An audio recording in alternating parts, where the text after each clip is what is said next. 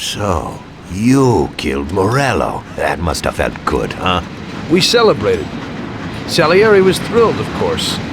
We ran the whole town, practically, and there seemed to be an end to the bloodshed. For a while, I felt like a king, until I came to a realization.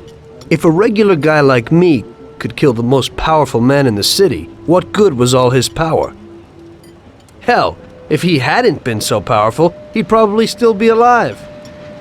It seemed to me that no matter how strong someone was, there was always somebody stronger to take them out.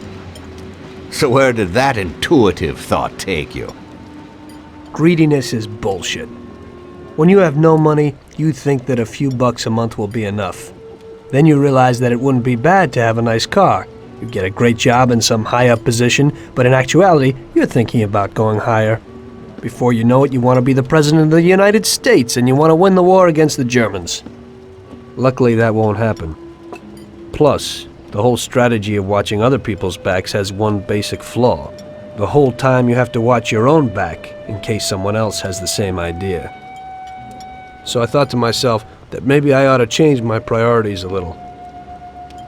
Great Bible story. Laugh it up. You know where it got me in the end. This. Who is it? It's from 1920. The old man is Don Pepone. The two younger ones are Salieri and Morello.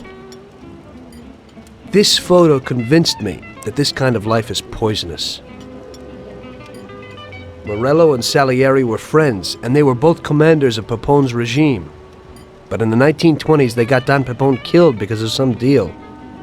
Strangely enough, Salieri still admires the guy now.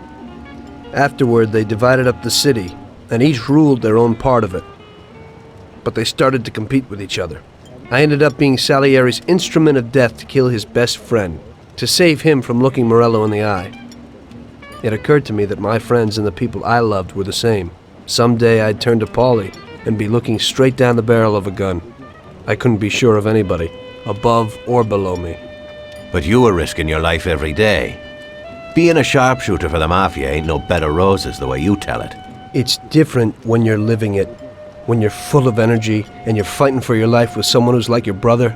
You're just two soldiers who know what needs to be done, and it all depends on your ability to survive. It's a war.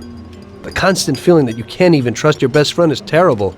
You are alone, and death can come from anywhere.